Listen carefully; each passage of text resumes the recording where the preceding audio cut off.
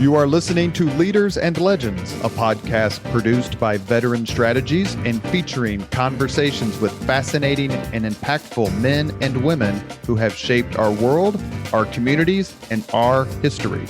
My name is Robert Vane, Principal of Veteran Strategies, and your host for our discussion. You are listening to Leaders and Legends, a podcast presented by Veteran Strategies, a local veteran public relations enterprise, and sponsored by Girl Scouts of Central Indiana, Garmond Construction, Leaders and Legends LLC, the Grand Hall and Conference Center at Historic Union Station, the McGinley's Golden Ace Inn, an appropriate sponsor for this particular podcast, and McAllister Machinery, your friendly neighborhood Caterpillar dealer. You may find all your sales and rental equipment needs at McAllister.com. We are pleased to announce our podcast is now a member of the All Indiana Podcast Network in partnership with Wish TV. You may find Leaders and Legends at allindianapodcastnetwork.com. Thinking of starting a podcast or need to host a public meeting? Let Leaders and Legends LLC be your partner as you look for new ways to communicate your message. Please contact Chris Spangle and me at leadersandlegends.net. Thank you for joining us on the Leaders and Legends podcast. Our guest today is one of the most important people in the world to me and millions of Notre Dame fans across the globe. It is Jack Swarbrick, who is athletic director and a vice president, post he assumed in 2008. He is a proud Hoosier, even though he wasn't born here. And he is, without a doubt, at the top of the list of someone you want to be working on your project or your initiative. The list of people I know who think that Jack is an incredible leader is almost endless. And Jack, we thank you very much for coming on the podcast. My pleasure. It's great to be with you. Well, you were suggested many, many months ago by a friend named Mark Miles. And then you came on the podcast really kind of through the help of someone we just talked to a few weeks ago, and that's Fred Glass. And we know you have a lot going on, and we're very appreciative of your time. No, happy to do it. And those, of course, are two people I'm very fond of. Mark and I go way back. We've done a lot of damage together, but got some good stuff done along the way, too. And I want to talk a little bit about your background and your history and how you got to the university, both as a student and as athletic director. But one of the reasons I started this podcast and named it Leaders and Legends is because through my time working in politics and in government in Indiana, especially in the Capitol, how often it came up that when it comes to getting things done, parties and politics, big P politics, simply doesn't matter. I've said this before on the podcast. A man you know or knew very well, I'm sure, P.E. McAllister, who was president of the Capital Improvement Board for a couple of decades, told me many times that when we were talking about how to do something, that it was no Republican, there was no Democrat, that it was all about the goal of making Indianapolis better. You represent that, as does Fred Glass, as does Mark Miles. The list goes on and on. How is this special? How does this happen in your experience in Indianapolis when people say, we don't care about politics, we care about progress? Yeah, it's it is a very unique resource. And I didn't appreciate it for a while. I mean, I was attracted to Indianapolis out of law school because I wanted to get engaged in the community. And I saw in the law firm I joined some great role models in that regard. But, and I was obviously involved in a lot of the events and activities that went on. But it wasn't until I started consulting with some other cities who came to me because they wanted to do something in athletics that I developed an appreciation of how unique it was. In most cities, when someone comes forward with an idea, they put a target on their back. And the immediate reaction is, what's in it for them? What are they trying to accomplish? And I never once saw that in Indianapolis. It was always, okay, this is an idea that has merit. Let's go. Let's try and do it. And as I reflected on it, sort of having seen that contrast with other cities, it really went back to the groundwork laid by PE and Tom Moses, Chuck Whistler in my case, people who really saw the community's ability to move forward as being dependent on that dynamic. It was a resource we could develop that would be unique. And frankly, we didn't have a lot of choices for other resources, right? I mean, we didn't have other things we could leverage quite as effectively as that. And so they really built the culture. And so that when a young person like I was then joined the community, it was almost an expectation that you'd pick up that approach and you'd engage the same way. And so it's a remarkable, unique, and natural part of the Indianapolis culture. You mentioned a few names, and there's certainly a long list. What was it like when you were younger, especially, being in the room with those men? We all have our mentors and we all have the people who we look up to. In my case, quite frankly, it is Mark Miles. I think he's the most unique leader I've ever met, non-elected official. And Jim Morris, obviously, who just received the state's highest honor a few weeks ago. But when you're younger and you're in the room with these giants who are trying to turn Indianapolis into something that it hasn't ever been in its history, what's that feeling like? Is it I've arrived, or I should just be quiet and listen? Well, there were sort of two different levels of it for me. One was the very senior people, and for me, that was Chuck Whistler, partner at Baker and Daniels, who was really the driving force behind the Unigov model. Very close to Dick Lugar. And when Dick was mayor and Jim Morris was in the mayor's office, Chuck was the attorney who was making so much of that happen. And so there was a certain element of awe involved. The opportunity to work with Chuck was a reason I chose then Baker and Daniels and came back to Indianapolis. Once you engaged, you were engaging with this remarkable group of the next generation who weren't that much older than me, but had already taken on these roles of shaping the city. And Ted Bohm, Jim Morris, Michael Browning, Mike Carroll, David Frick, Sandy Knapp became obviously a critical part of that. The reaction to that was less sort of being in awe as how cool is it that people who are 7 to 10 years older than me are doing this. And it was great. I felt like I could jump in and contribute. In its own way, the list of people, many of whom, quite frankly, we've been lucky enough to have on the podcast: Ted Bohm, David Frick, Michael Browning, Jim Morris. It represents, in a way, Indianapolis's own greatest generation. And how fortunate, in your mind and in your experience, because you've worked with other cities and various organizations, how unique was that collection of talent that Indianapolis had in those formative sort of Unigov and then post-Unigov years?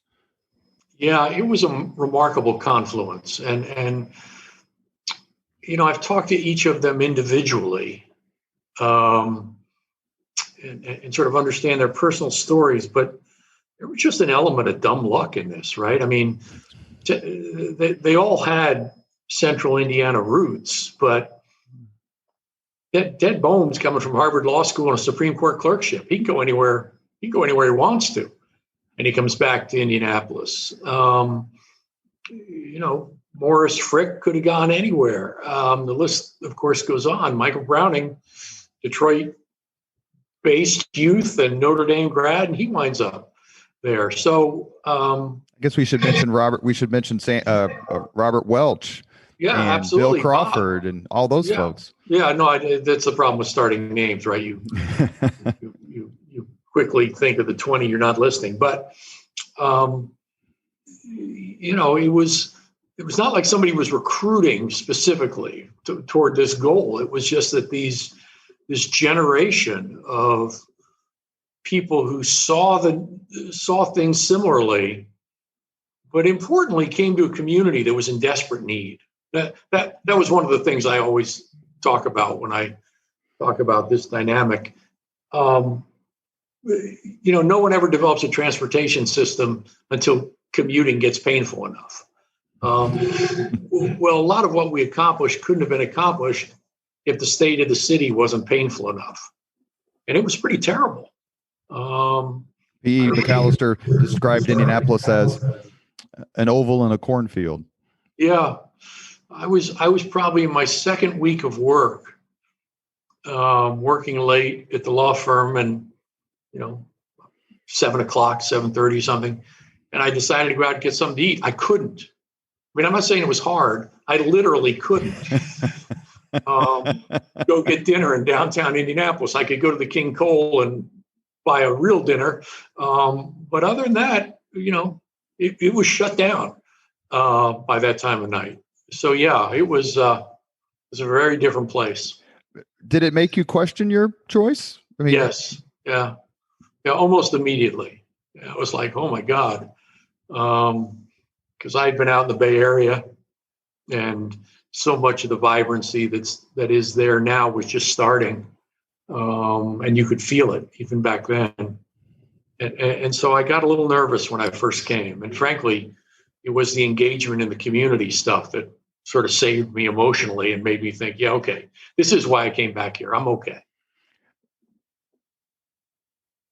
I want to bring us back to your roots of education, where you were born. But let me ask a question that I've asked a lot of people. What were the thoughts running through your head when you came here?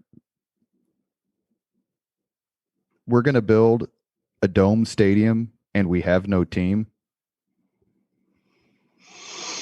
Well, yeah, there were repeated versions of that, right? I mean, there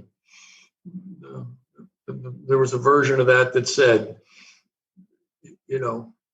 while we got a lot of experience with a phenomenal race that we host each year, we're going to host the National Sports Festival all of a sudden. We're going to host the Pan American Games. So much of this, and of course, the Dome Stadium is maybe the most compelling example. We're articles of faith, right? You trusted each other, you trusted the concept, and you sort of said, okay, what do I need to do to help make it work? Was there a point where Indianapolis felt like it needed to stop having the chip on its shoulder that we'll never be Chicago, or we can't do this?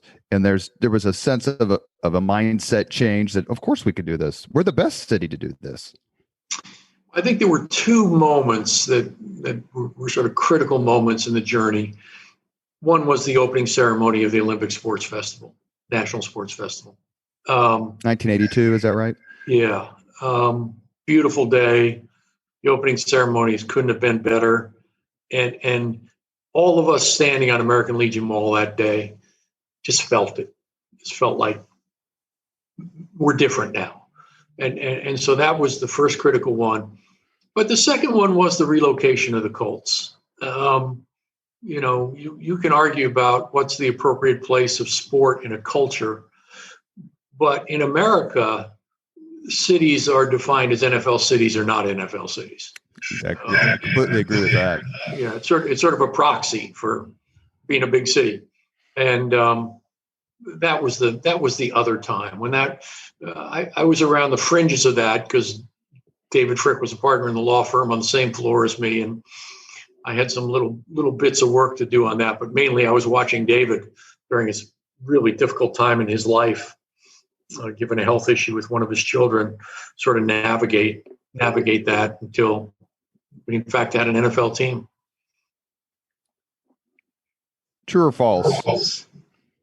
David Frick is the most grievously underrated participant in the Indianapolis Renaissance. Oh, I'll go with one of. I think there's so many who like David, never made it about them. Ed Bohm. Yeah, but without whom you never would have gotten, where you were going. I think of a Phil Borst, right? Veterinarian, city council member, who so often was critical in getting things done right, and never had a high profile.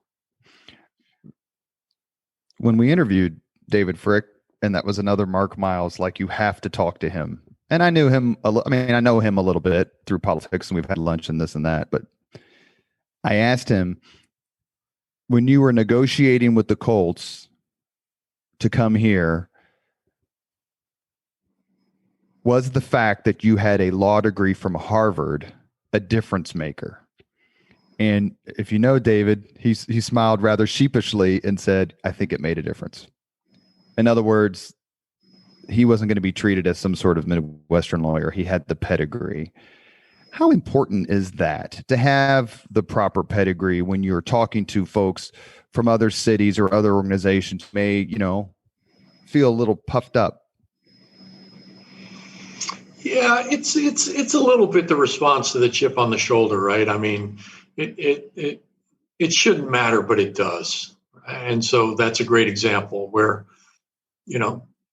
David brings a presumption of intellect and skill because of that background that helps him in that situation. So many of these guys had a version of that, right? Guys and gals. And again, hard to believe they all managed to find their way to Indianapolis, but the fact that they did, and the fact that they could use that pedigree really helped. I spent a lot of time in the Pan American Games negotiating with foreign federations around the world, and my law degree transferred in those conversations. So it helps. You're listening to the Leaders and Legends podcast. Our guest today is Jack Swarbrick. He was born in Yonkers, New York, which I think is just north of the Bronx. Is that right? It is immediately north. So Rafael Sanchez, if you know Rafael from Channel 6, He is from the Bronx, as he's proud to say, and he's going to come on the podcast. So I'll have to ask him about that. Did you grow up a Yankees fan? No, I was. I have the distinction of having attended the Mets' very first home game ever. My grandfather took me out of kindergarten, and we went to the Polo Grounds and watched the Mets play. So I was sort of hooked for life as a Mets fan. I was a Mets-Jets guy back then. So the Mets' first game wasn't at Shea Stadium; it was at the old Polo Grounds. That's right. Shea didn't exist.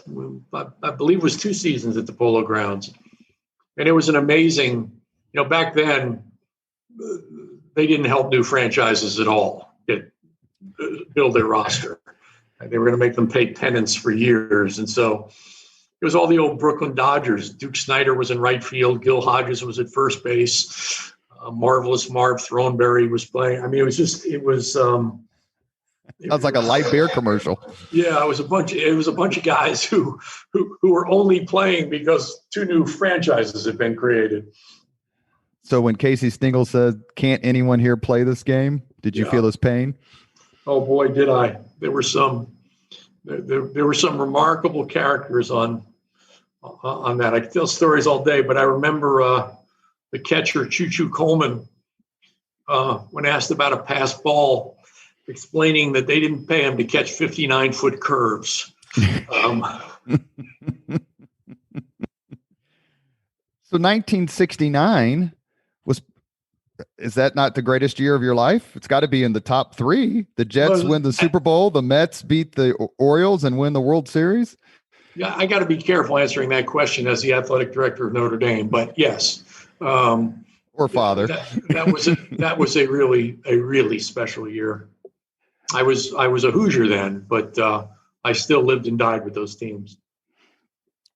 And you've kept up since? You've never transferred allegiance one way or the other? It's tough to give up the teams of your childhood, I know. Yeah, I didn't have any trouble giving up the football allegiance to the Colts. That was easy. And so that's where all my allegiance lies.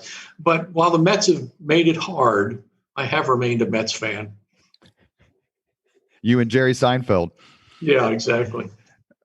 You graduated from the University of Notre Dame with a degree in economics in 1976. How did you end up at Notre Dame? And what are some of your fondest memories? Because those were, assuming you started in the fall of 72? Yeah. You had some pretty remarkable sporting events to either attend or cheer on from the outside. Yeah, no, I was here for 2 national championships. I remember, I remember like it was yesterday. The morning word broke that Ara resigned. People were running around campus telling each other that Ara had resigned. And that was 74 was his last year. Yeah. Went out in style though. 13-11, is that right, over Alabama? I think that you may have me on the score there, but I think that's right. I was there when we broke the UCLA winning streak in basketball. You were in the arena? I was. When I took this job, my first day walking in the building, I ran into Digger Phelps, and Digger didn't say hello. He said, "Were you there?" It was just, and I knew people who don't know, UCLA had an 88 game winning streak in the wooden Bill Walton era. Yeah. That Notre Dame broke at Notre Dame in a phenomenal upset, which is interesting because if you're a Notre Dame football fan, you also know that the longest football winning streak is by Oklahoma, 55, 56 games, something like 57, which was also broken by the University of Notre Dame. What was it like to be in the arena for that game against UCLA? Mainly what I remember was how incredibly hot it was. And I assume that had something to do with how we dialed up the temperature in the arena to make it really hot. But I was right up against the ceiling in the bleachers, and I was just soaked. I remember how hot it was. You asked about how I got here. It's sort of an interesting story. I didn't know what I was doing when I applied to college. Didn't have a lot of family experience, and so I applied to Indiana University because I lived in Bloomington, Indiana, and I applied to Notre Dame because I was an Irish Catholic kid from New York. And got into both places. And only after I got in did I check the tuition. And I realized immediately I wasn't going to the University of Notre Dame. And so I actually wrote Notre Dame a letter, which in retrospect was sort of a bizarre thing to do. But again, I didn't know what I was doing. Wrote them a letter declining their invitation to come to Notre Dame. And 2 days later, out of the blue, I get in the mail a notification that I was the recipient of an Indiana State scholarship that could be used at any public or private institution in the state. And complete mystery to me, right? I had this, I realized it meant I could go to Notre Dame. So I called the admissions office. I started to go on this long explanation of why I was calling. And the guy says, "I'm reading your letter now." And I said, "Well, can you rip that up?" And he said, "I'd be happy to." So fast forward to when I get this job, and one of the pleasures of this job was my ability to go visit with Ted Hesburgh from time to time, the legendary president of the University of Notre Dame. Not sure why, but in one of the conversations, I said to Ted, what was your relationship like with Herman Wells? Herman, of course, was the Ted Hesburgh of Indiana University, longtime president there. And Ted went on to talk about how fond he was of Herman Wells and what a great relationship they had. And then he says to me, the thing I'm most proud of about my relationship with Herman is we conned the Indiana State Legislature into creating a scholarship program that could be used at any public or private institution in the state.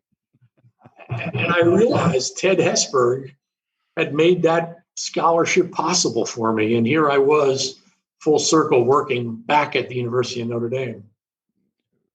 When was the first time you stepped on campus? When you started school or beforehand? I had come up for the spring game. I played on a very successful high school football team. I don't take any credit for that. They were just really, really good. And we were undefeated through 70 some games. My last one was 56. We were finished the streak at 56, and then other teams continued to win. But my coach called, and the football folks at Notre Dame, and said, I've got a couple of kids from the team would like to come up to the spring game. So we're treated really well. And that was my first time I stepped on campus, was seeing that spring game. And then I didn't step on campus again until I showed up with my suitcase. If anyone listening has not gone to a Notre Dame spring football game, they're done up right. They're a lot of fun. More fun than, I don't want to say more fun than you would expect, but you certainly couldn't. You would have an awesome time. It's a lot of fun to attend. You left Bloomington. Indiana University is a pretty beautiful campus, to say the least. But something about being Catholic and walking around the campus of Notre Dame is incredibly special, whether it's Touchdown Jesus or the Basilica or obviously the Grotto. What were some of your thoughts as just a Catholic kid walking around what is clearly, in my view, I'll only speak for myself, the premier Catholic university in the world? Yeah, it was more the infusion of faith generally into the place. Every dorm has a chapel, and you'd go to mass in your own dormitory. The rector was a priest that you got to know well, and so it was such a part of your life here. The theology classes you took, etc. And so in that sense was very comfortable and very normal for you. Although I must say, the Irish part of my Irish Catholic heritage was probably as important in the decision making. My grandfather was a police commissioner in Yonkers, New York. He was the archetypal Irish immigrant, and boy, he rooted for Notre Dame. And he had never been west of the Hudson River in his life. Did he live for you to see you attend? He did not. You are listening to Leaders and Legends, a podcast presented by Veteran Strategies, a local veteran public relations enterprise, and sponsored by Girl Scouts of Central Indiana, Garmond Construction, Leaders and Legends LLC, the Grand Hall and Conference Center at Historic Union Station, the McGinley's Golden Ace Inn, and McAllister Machinery, your friendly neighborhood Caterpillar dealer. Our guest is Jack Swarbrick, who is a vice president and athletic director at his alma mater, the University of Notre Dame. Jack, is there a particular Hoosier leader and or legend you admire? What a great question.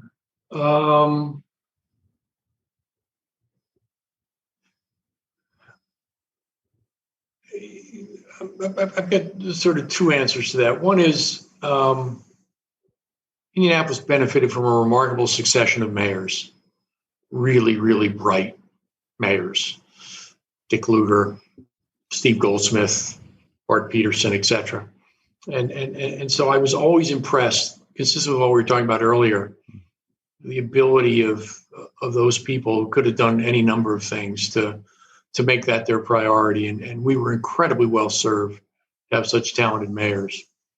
But I guess the person I'd mentioned, because I just think she'll never get enough credit, is Sandy Knapp. The Sports Corporation Initiative doesn't work if Sandy isn't selected as the first executive director. She shaped that into what it became. And if you're building an economic development strategy around something, as we were with that, you really had to have a right person at the helm. And she was the right person. And so much of the success, I mean, we could all dream, we could all bid. Somebody had to pull it off. and she did. Another guest you've had on the show I saw is a logical successor to her, Allison Melanchthon, who's had the same impact with what she's run. And they're mentor and mentee. She just has the Midas touch. It's just unreal how incredibly talented and gifted and kind she is as a person and as a leader. Yeah, people love working for her. Just a great strength. So it's probably no surprise that the Indianapolis Motor Speedway is having its rebirth and its surge in in popularity with a leadership team of Roger Penske, Mark Miles, Doug Bowles, and Allison Melanchthon. Yeah, no. I was Mark knows talent, and so I knew Allison was a likely target as soon as he announced he was going to do that. You mentioned being at Notre Dame and a lifelong fan. So do you have a favorite Notre Dame win, football victory? Probably for me, it was a home game here where we ended USC's 22-game winning streak. Eric Pennick had a 70-some yard run that sticks in my memory even to today. But that was a big upset, and because I was a student, you feel a certain ownership. I mean, I could watch those national championship victories on television, but it wasn't the same as being in the stadium for that game. What year was Pennick? 73? Right. And I got to know Pat Hayden pretty well subsequently. Oh, yeah. Through his work with NBC for Notre Dame, but then as the AD at USC. And I never tired of talking about that game with him. Unfortunately, those were rough years for Notre Dame when it came to USC. That's right. So I bring that one up every chance. So I guess I have to ask you the opposite question. You close your eyes and think of the loss that you, as a fan, just still brood over.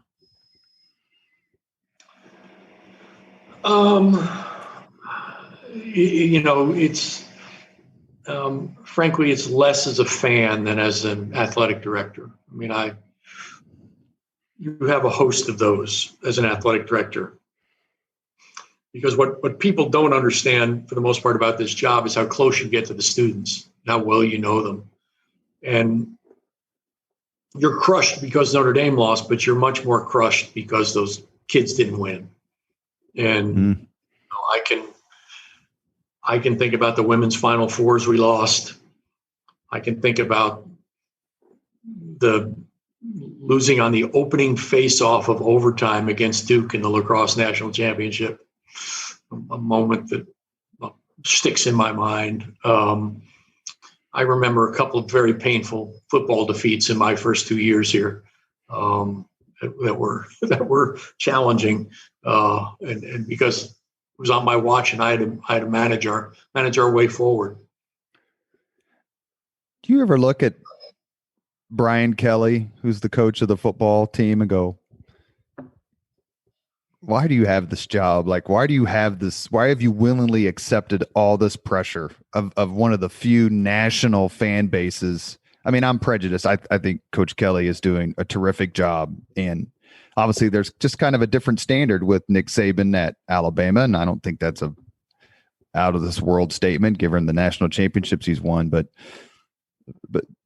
Brian Kelly is in a unique position of all the coaches in all the major sports, and he seems to handle it remarkably well. Am I off base on that? Or sometimes you just put your arm around him and like, Brian, you came here, you took it, you knew what you're getting into. No. I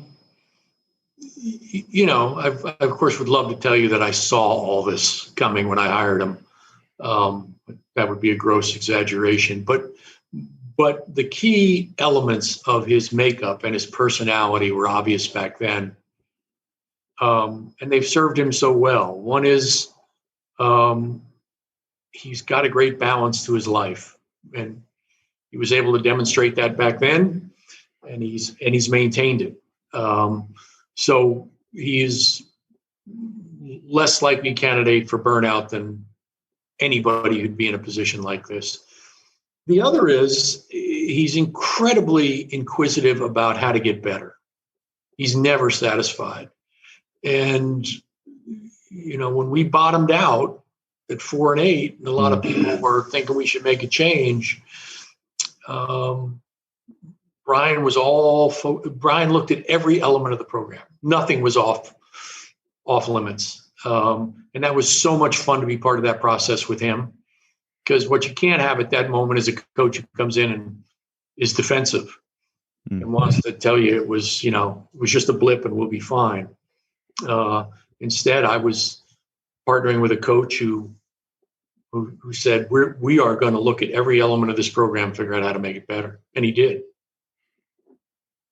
The uniqueness that is Notre Dame is commented on national TV broadcasts. You read about it if you read about the program or the school. You feel it even as a fan, as a Catholic, and I'm assuming as an Irishman when you're on the campus.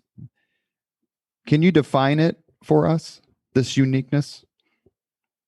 No, and Lou Holtz, of course, gets a lot of credit for coming up with the phrase that sort of addresses that by saying,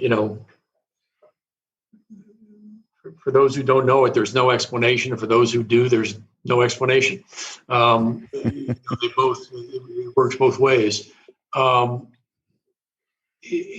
There's a unique sense of belonging and community in this place. There are great institutions all over the country, and my job has allowed me to see a lot of them. But no place has a sense of belonging quite like this one does. Maybe short of the academies. I think it's a great point. Same dynamic there, but everybody here lives in a residence hall for 3 years. If I'm in the airport and someone sees me, the second question I'm going to get is, what hall did you live in? Even now, all these years later, right? I mean, there's that sense of this place. So while it's a stunningly beautiful campus and it has some unique values born of its religious identification and its private school nature, it's much more about this remarkable sense of community. And that was the common thread for me between my decision to come here and my decision to go to Indianapolis out of law school. I wanted that sense of community again, that I felt so strongly here. I wasn't convinced that I could necessarily find it in Los Angeles or San Francisco or Seattle or Denver, where I was also interviewing. But I knew based on my summer experience that I could find it in Indianapolis.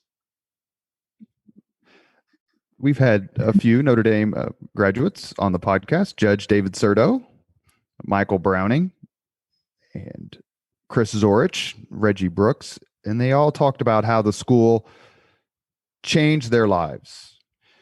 Is that something that you feel about your time here, or time there, at the university as a student? You graduated from Stanford in 1980 with a law degree. Would you have gone to Stanford if you hadn't had the Notre Dame experience? Was it that dispositive for you? Yeah, that's right. I would not have. I was even less informed about my law school choice than I was my undergraduate choice. I was fortunate to get into a number of law schools, and again, I hadn't given it any thought. I took myself to the counseling center one Saturday morning to review the brochures of the law schools and I didn't even know what size they were or anything. And the Stanford brochure, which I have on my home bookshelf to this day, had a picture of a palm tree on the cover. It was February in South Bend. I said, I'm going here. So in that sense, Notre Dame led me to Stanford. But the other sense was a willingness to take a risk. I didn't think twice about. I never visited Stanford. I went out when classes were to start, and I flew into San Francisco and had my 2 bags and showed up at a dorm there. Notre Dame prepared me for that, right? I didn't feel like, well, I'm not sure I can do that. I just gone to an undergraduate school where my hallmates and friends were from all over the country. Notre Dame famously plays Stanford every year in football. Is there a little wager between your two alma maters? The AD of Stanford, do you get a little needling about who you supporting today, Jack? You're Notre Dame or Stanford? Yeah, no, it's of course we can't bet, so we don't do that. But it's funny, when I was before I took the job, I wound up attending a number of games at both places, and I'd always have this weird dynamic where I sort of identified with the visiting team, just sort of something, I guess, fundamentally antisocial in me. And I mentioned this to Father John when he hired me, and he said, "Do me a favor and don't say that publicly." From doing it, but yeah, once I had this job, there was no torn loyalty at all. And what was most notable was there could not be two football experiences more different in life than Notre Dame and Stanford. Meaning? Everything about the approach to the game. The Stanford experience was so much about the band, and sort of only marginally back then, only marginally about the outcome of the game. I mean, the band was as crazy as you could imagine, and it was a big part of Saturday out there.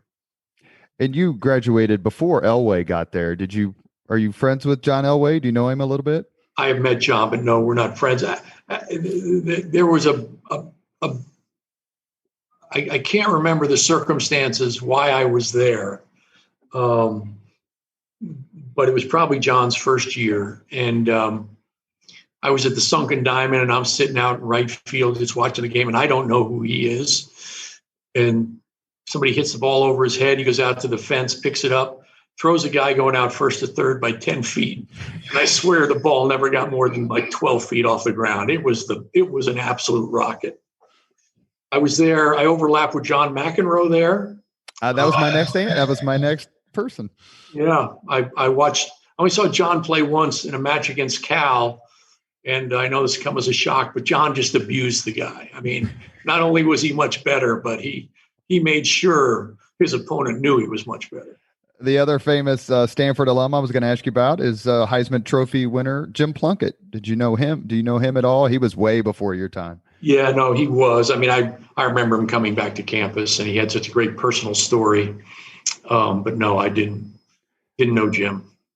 You mentioned earlier talking about, and this was a question I had written down, which you've led me right to, and that is the law firm of Baker and Daniels. It's a terrific firm with so many leaders, past and present, including my former boss, Murray Clark. When I was at the Indiana Republican Party, he was the chairman, and I was the communications director.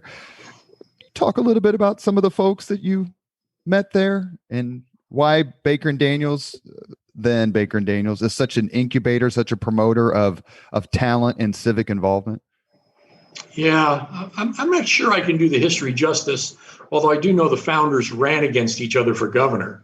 So that's sort of as engaged as you can get. But so many of the names we've talked about today, I know as partners at Baker and Daniels. So Chuck Whistler was a huge reason for my decision to go to Baker and Daniels. But Ted Boehm was there. David Frick was there. David Shane, who was very involved in the community, was there. Fred Glass wound up joining the firm. It was a long list. Mitch Daniels. Yeah, Mitch was there for a while. Murray. And so there was this remarkable culture reflective of the city's culture of being involved. And I alluded to it earlier, but I never felt like I needed to ask permission. In retrospect, law firms don't operate that way today. But, hey, I'm going to devote all this time to the community. I hope that's okay with somebody, but it felt like it was because that's what everybody else was doing. A lot has been said, not altogether in a supportive tone, of Indianapolis's emphasis on sports, tourism, conventions, but let's maybe stick to sports as a generator of revenue, as a means of making the city more attractive to visitors. It's a strategy that's, I think, you would be hard pressed to say it hasn't worked, considering what Indianapolis was like in 1972, 74, until the last few years. Have you always supported that strategy? And if someone said, Jack, why has this worked? And why is it worth spending all this money and making all these public investments in sports teams and arenas, et cetera? How would you defend that? And are you someone who bristles at the criticism that we've done too much in that arena? Yeah, no, I don't bristle at it at all.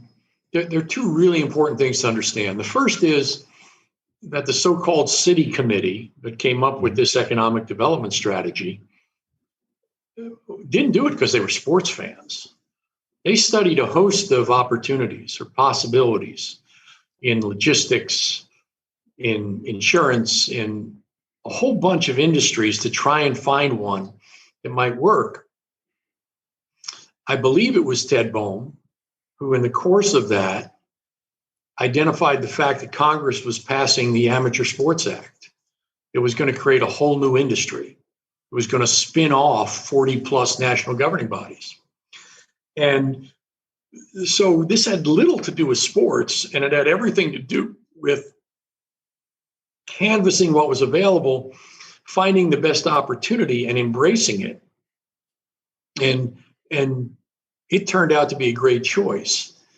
The second thing that's critical to understand is, and I've had the opportunity to make this point to a lot of communities in America, nobody should ever give up a franchise once you have it. You no matter what the situation, once you give up a franchise, you never get it back.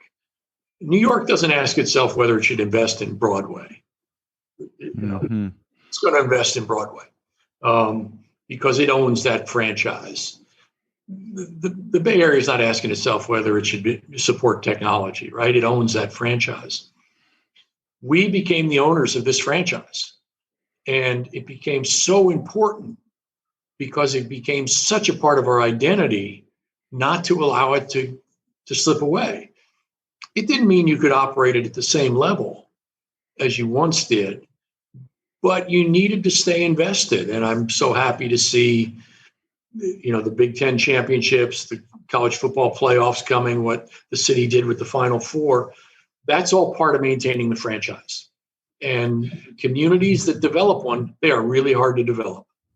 And sometimes it's a pro sports franchise, right? I mean, cities that St. Louis lost the Rams, and you can't reverse that.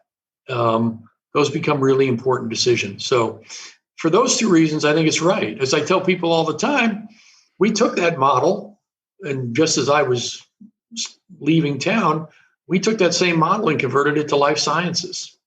And that deservedly drew more attention. But the model wouldn't have been available if we hadn't done the sports initiative.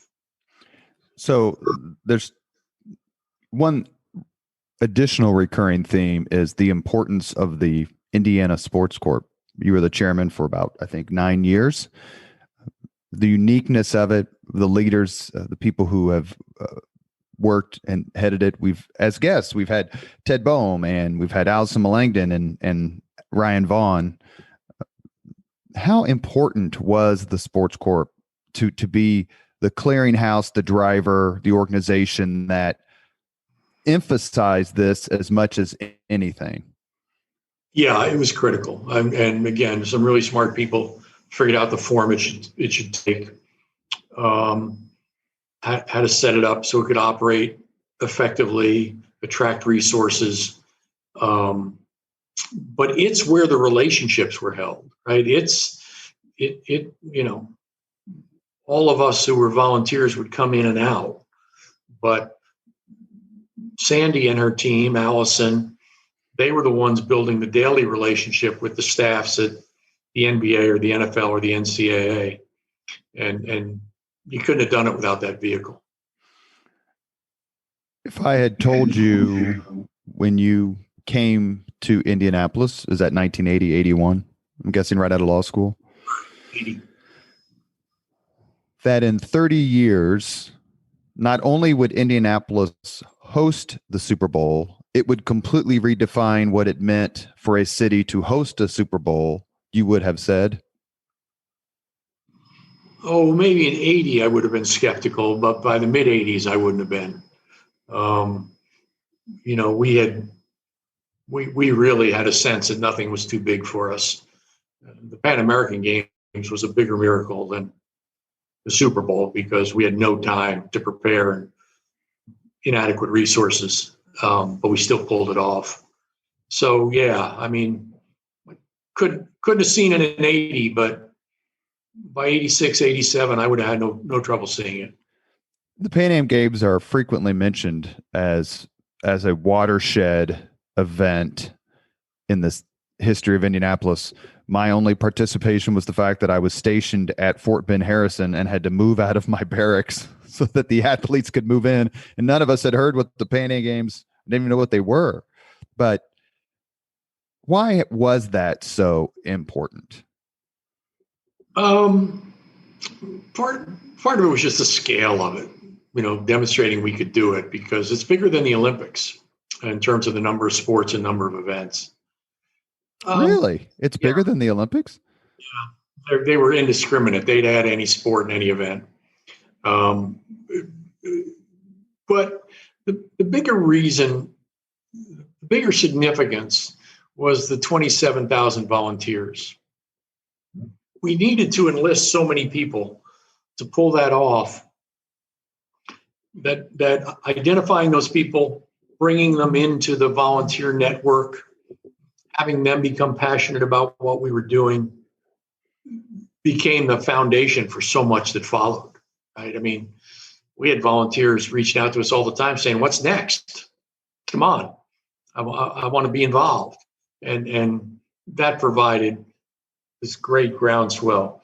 Jim Delaney, former commissioner of the Big Ten, a good friend, once said to me that Indianapolis had an unfair advantage because it had professionalized volunteerism. Allison said that about the Super Bowl. Yeah, that's exactly right. I mean, I don't know what the percentage of overlap was between the two events, but it was pretty high. You were involved at the Sports Corp as a chairman when the NCAA decided to move its headquarters here. How big of a booster to the city of Indianapolis to have the NCAA here? In other words, the outside perception of Indianapolis as a big league city, how much was that enhanced, or was it immaterial when the NCAA decided to move from Kansas to Indianapolis? No, that was 18 months of my life. On two occasions, the firm literally let me go pursue these things. One was the Super Bowl bid, and the other was the Pan American game, or the NCAA. It was critical for this reason. I mean, it had great economic impact. It was a phenomenal catalyst for the development of the White River State Park. It really accelerated the development of the park. But the biggest reason was it brought America's college and university presidents to Indianapolis. And people don't appreciate, even to this day, how much that happens. And if you're talking about a subset of people you want to try and impress and have them have a favorable impression of your city, that's a pretty good group to have visit your city on a regular basis. You were involved with the bid by then Mayor Peterson to secure the Super Bowl. I think you and Fred Glass and the whole host of incredible leaders worked together, and eventually we did not get selected. That was the year Dallas did, and they got rewarded by having the Super Bowl in the middle of a gigantic ice storm, which, just broke our Hoosier hearts, I'm sure. Even though I have to say that same weekend, we got 10 inches of snow when they predicted 3 inches of snow, so we wouldn't have been in much better shape. Talk to us a little bit about that process, because it was another one of those that brought the city together, that united people. And the reason that I know that was because as communications director at the Indiana Republican Party, my boss, Murray Clark, had me issue a statement praising you and Mayor Peterson for the effort and Fred Glass that fell just short.